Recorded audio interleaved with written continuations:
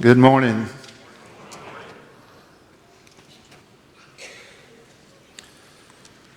I'd like to say something this morning about why it's a good idea to tell the truth and not lie.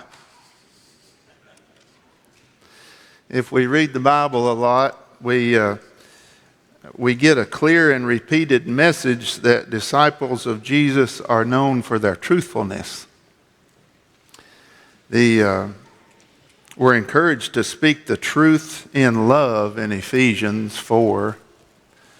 And Colossians tells us to quit lying to one another. Don't lie to one another because we put off our old self.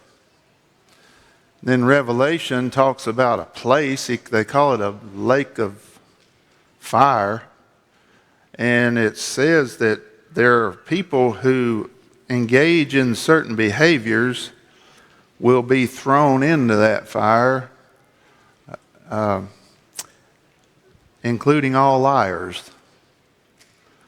So most in here are followers of Jesus, and we know these things already. Yet the temptation to lie is ever present, or at least it is with me. And never in my experience has something so easy been so hard not to do. The brutal and complete honesty is really, really hard. In fact, I think it's impossible without divine influence. And it's not that our parents didn't try, or most of our parents. I didn't have a television when I was growing up, but I had it from an inside source that Popeye the Sailor Man came on at 3 p.m. And my next door neighbor, Mrs. Millard, who was born in 1892, she was the oldest lady I knew, oldest person I knew, had a TV. And I really did like Popeye the Sailor Man. And the problem was my mom had my sister and I picking blackberries. And I really hated to pick blackberries. And each one of us had a container that we had to fill up before Mom would let us go over to Miss Millard's to watch Popeye. And I hated picking blackberries because, number one, the blackberry patch was usually stifling hot. And number two, they had briars on them, and they turned your hands purple. And they also had these metallic green June bugs on them that scared me to death when I grabbed one of them because he'd make a buzzing sound when he tried to get away and made me think I'd grabbed a bee. And I had grabbed a bee before, which made me all the more worried about bugs in my hand. Well, my sister and I, she had picked all of her blackberries, long story short, and I hadn't. And I had less than half of what I needed, so at the first opportunity, I stole some of hers and put them off into my bucket, put them both in the refrigerator, kind of evened them out where they looked like we got both the same amount of blackberries, and I went on over to watch Popeye.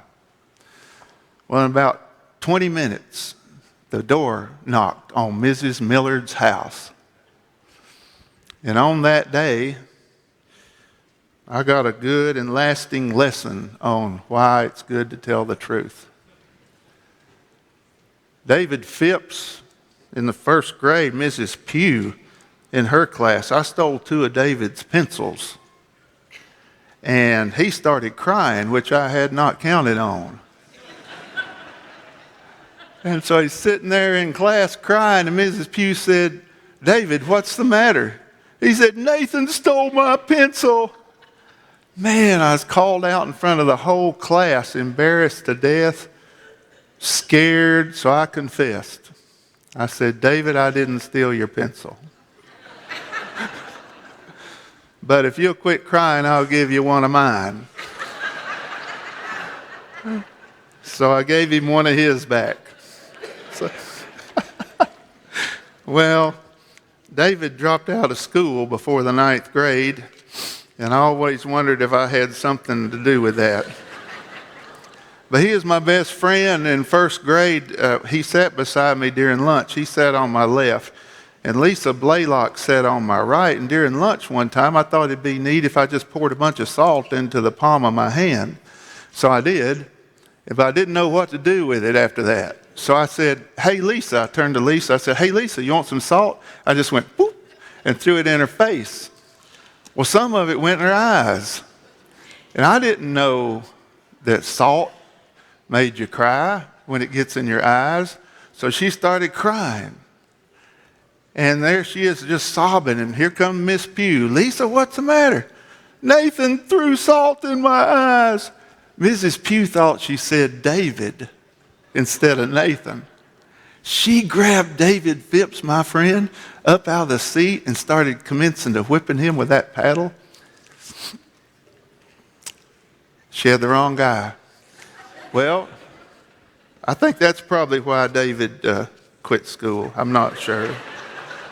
But lying seemed to work for me under certain circumstances. Does it not work for you every now and then? And even though I knew it was wrong, and I got to thinking, well, why do I do that? Why would a person want to lie? And for me, it came down to two reasons. And to this day, when I'm tempted to lie, one of those reasons plays a part. And one of them is to protect myself. And the other reason is to get something I want that I don't think I can get without lying. Well, within these two reasons lie the key to what I think is why lying is so bad and telling the truth is so good and important. I listened with great interest to Mike Janacek speak a few weeks ago about the kings of Judah, and he was talking about the high places on which they worship. Y'all remember that talk? They built these high places up on hills, and they worshiped gods who were not God during that time. And it's incredible the repetitiveness of that theme in the Old Testament. I think Rehoboam said that under Rehoboam's term, which was the son of Solomon, I think, it said Judah built all these high places. They built for themselves high places and sacred pillars and asherim on every high hill and beneath every luxuriant tree. That's during Rehoboam's time. And so they started worshiping. Well, later on, a king Asa came along. He said Asa did what was right in the sight of the Lord, but the high places were not taken away. Later on, Jehoshaphat came along, said Jehoshaphat, he walked in all the way of Asa, his father. He didn't turn right or left, but the high places weren't taken away.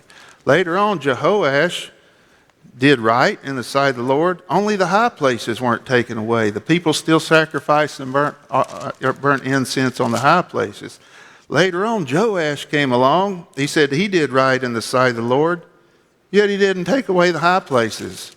Then Azariah came along. He did right in the sight of the Lord, but he didn't take away the high places. And then Jotham did right, but he didn't take away the high places. And then Hezekiah came along, and he did right, and he took them away. Wow.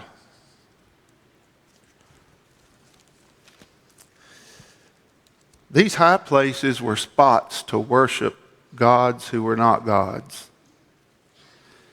And I believe those people kept their high places, and I think they probably insisted on keeping their high places for the same reason that I'm tempted to lie.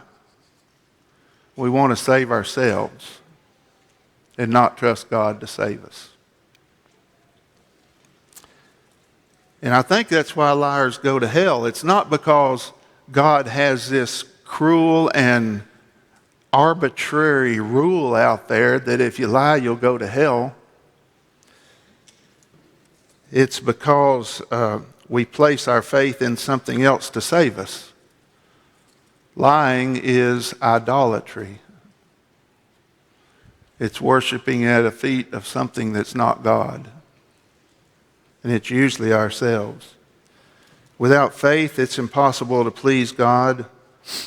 And lying is the opposite of faith, just like the high places were. It's like a life jacket by which we think we can preserve ourselves, But disciples of Christ tell the truth because we're depending on God to save us instead of us to save us. So what's a good reason to tell the truth? One of them, it pleases God when we tell the truth because it demonstrates that we trust Him to save us. And the second reason, it allows us to function as a body and really have good, sweet fellowship with each other because we can trust each other. Do you know one of the worst mental health problems in the world is loneliness? And loneliness, one of the biggest key reasons for loneliness is inability to trust. You know one of the reasons for the inability to trust is because people aren't trustworthy. What if we could trust one another? Would that not be the best in the world? Disciples of Christ try to tell the truth to each other. We do therapy with horses over there where I work, and one of the big reasons that horses are effective in therapy is that they're honest. If a horse acts like he likes you, he really does. And if he acts like he doesn't like you, he really doesn't like you. And if he acts like he's scared, he really is. And he's not trying to run an end around on you. You know, he's not trying to cut a corner and trying to trick you into anything. He's just giving you direct feedback on who he is. And so that's the first time some people have ever seen that in their lives, that kind of honesty. And so it comes kind of as a shock because we're so used to playing games with one another and having games played on us that honesty comes as a real eye-opener to people. But Christians, disciples of Christ, are to be that way with one another. One of the fears of being honest, frankly, is that if people really knew me, they wouldn't like me. You ever thought that before? You know the only answer to that? The only answer to that I can think of is, okay, well, I'll show them an artificial me so that they'll like that, and I'll never show them the real me. So now it's impossible they'll ever like me because they'll never know who I am. Isn't that a terrible way to live? I think it's possible to live your whole life like that. I really feel for people who are in a spotlight all the time, who have a jillion eyes looking at them all the time, like celebrity or leaders or that sort of thing, because they've got to be thinking, some of them, if I couldn't do this, like if I couldn't sing and draw 1 million people to my concert, would anybody really like me? I believe that's a real struggle for people. So it's easy to show an artificial self to people instead of a real self because we're vulnerable. But I think, though, that the more secure we get, the more vulnerable we are willing to be. The more we trust God to save us instead of ourselves to save us, the more honest we're able to be. And also a good reason to tell the truth, it provides an anchor for a troubled soul during stormy times. There's something solid and good about a person who you know will tell you the truth all the time. It renews hope in mankind and provides security for those around us. So disciples of Jesus can be that. We're called to be that. We're called to tell the truth and to be honest with each other and to be trustworthy. Most conversations, though, about lying have a way of degenerating into this question about what is a lie. And so you can spend 2 hours over coffee trying to figure out what a lie is if you want to. And generally it comes down to a couple of conclusions. Number one is lying might not be lying, really.